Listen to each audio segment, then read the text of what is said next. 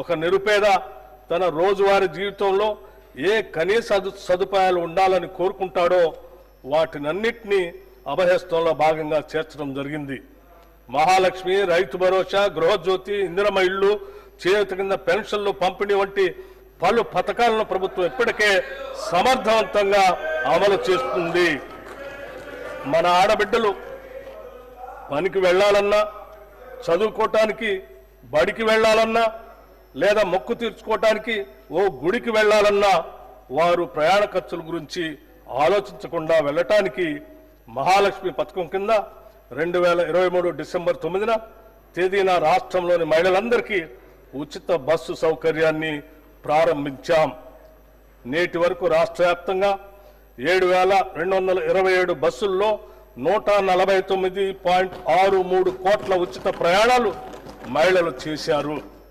దీని ద్వారా 5,595 రూపాయలు మహిళలకు కూడా ఆదా అయింది. ప్రారంభ దశలో సాధారణ బస్సుల్లో 60% ఉన్న ఆర్టీసీ ఆక్యుపెన్సీ రేషియో 94% పెరిగింది.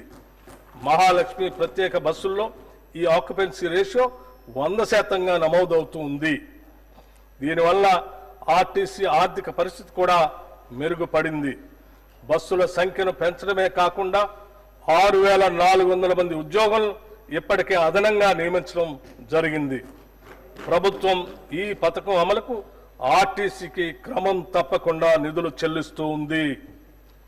మహాలక్ష్మి పథకంలో భాగంగా అర్హులైన మహిళలకు గ్యాస్ సిలిండర్ను 500 రూపాయలకే పంపిణీ చేస్తున్నాం. ఈ పథకం ద్వారా 43 లక్షల కుటుంబాలు లబ్ధి చేరుతూ ఉంది.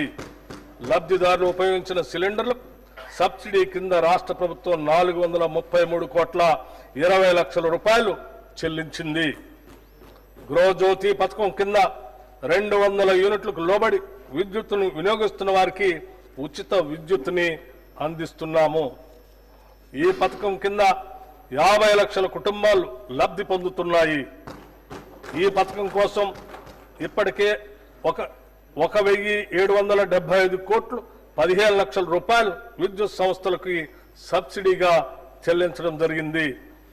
ఇందిరమ్మ ఇళ్ల పథకాన్ని 2024 మార్చి నెలలో ప్రారంభించి ఇళ్ల పట్టాలను ఆడబిడ్డల పేరుతోనే ఇవ్వాలని నిర్ణయించాం.